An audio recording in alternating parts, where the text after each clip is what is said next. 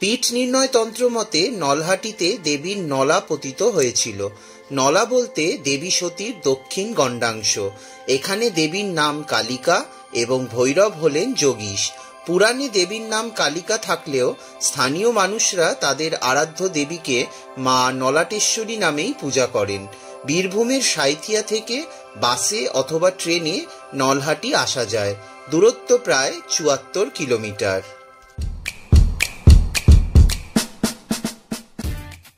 পীঠ নির্ণয় তন্ত্রচূড়ামণি মতে নলহাটিকে মহাপীঠ বলা হলেও শিবচরিতে একে উপপীঠ বলা হয়েছে। শিবচরিতে দেবীকে কালিকার জায়গায় শেফালিকা বলে চিহ্নিত করা হয়েছে। কালিকা বা শেফালিকা থেকে কি করে দেবীর নাম নলাটেশ্বরী হলো? এই রাঢ় অঞ্চলের মানুষের বিশ্বাস এখানে দেবী সতীর ললাট বা কপাল পতিত হয়েছিল।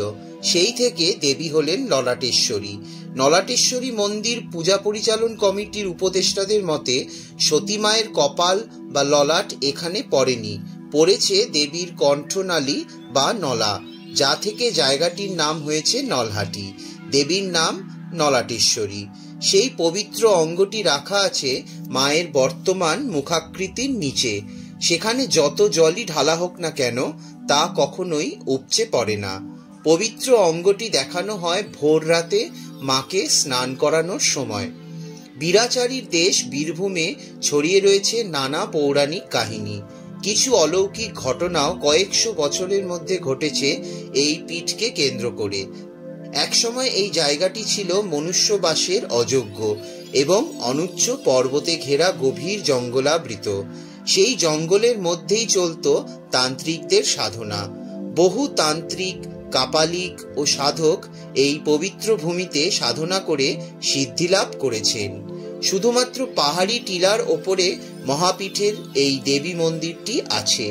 সমগ্র শহরটি বর্তমানে জঙ্গলহীন সমতল ভূমি। বর্তমান মন্দিরটি সংস্কার ও প্রতিষ্ঠা করেন নাটোরের জমিদার রানী ভবানী। তিনি যখন নাটোরের জমিদার ছিলেন তখন মন্দিরের ব্যয়ভার তার কাছারি থেকেই হতো। মন্দিরে ওঠার জন্য বর্তমানে সিঁড়ি নির্মিত হয়েছে। আগে কিন্তু কষ্ট করেই মায়ের মন্দিরে উঠতে হতো, তবে তাতেই যেন বেশি তৃপ্তি পাওয়া যেত। বর্তমান মন্দিরের ভার নন্দীপুরের রাজা রণেন্দ্র নারায়ণ সিংহ নিয়োজিত রেজিস্টার্ড বোর্ডের হাতে ন্যস্ত।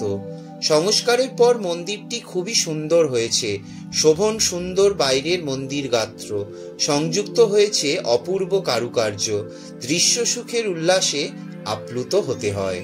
দেবীর ভৈরব যোগেশের মন্দিরের ভিত খোঁড়ার সময় শিবলিঙ্গের পাশে নারায়ণের পদচিহ্ন সম্বলিত একটি শিলা পাওয়া যায়। এই দৈব ঘটনাকে দেবীর ইচ্ছা মনে করে শিলাটিকে ভৈরব যোগেশের মন্দিরের দেওয়ালে রাখা হয়েছে। সেই সময় থেকেই ভৈরবের পূজার আগে নারায়ণের পূজা করা হয়ে থাকে। এই প্রথার জন্য এই স্থানটি শাক্ত এবং বৈষ্ণবের মিলনক্ষেত্র হয়ে দাঁড়িয়েছে। প্রতি বছরই উভয় সম্প্রদায়ের হাজার হাজার মানুষ এখানে আসেন পুজো দিতে। নলাটেশ্বরী দেবীর নিত্য পূজায় অন্নভোগের ব্যবস্থা আছে। ইচ্ছা করলে প্রণামীর বিনিময়ে ভক্তরা ভোগ গ্রহণ করতে পারেন। এই ছিল গৌতম বিশ্বাসের লেখা শক্তিপীঠ পরিক্রমা বই থেকে নলহাটিতে মা নলাটেশ্বরী চ্যাপ্টারের সামারি, যেটা আমি আপনাদের সাথে শেয়ার করলাম। ভিডিওটি ভালো লাগলে অবশ্যই লাইক, শেয়ার, কমেন্ট করবেন এবং অবশ্যই আমার চ্যানেলটাকে সাবস্ক্রাইব করে নোটিফিকেশন বেলটাকে অন করে রাখবেন, যাতে ভবিষ্যতে আমি যখনই কোনো ভিডিও আপলোড করব তার নোটিফিকেশন আপনাদের কাছে চলে যাবে। ধন্যবাদ।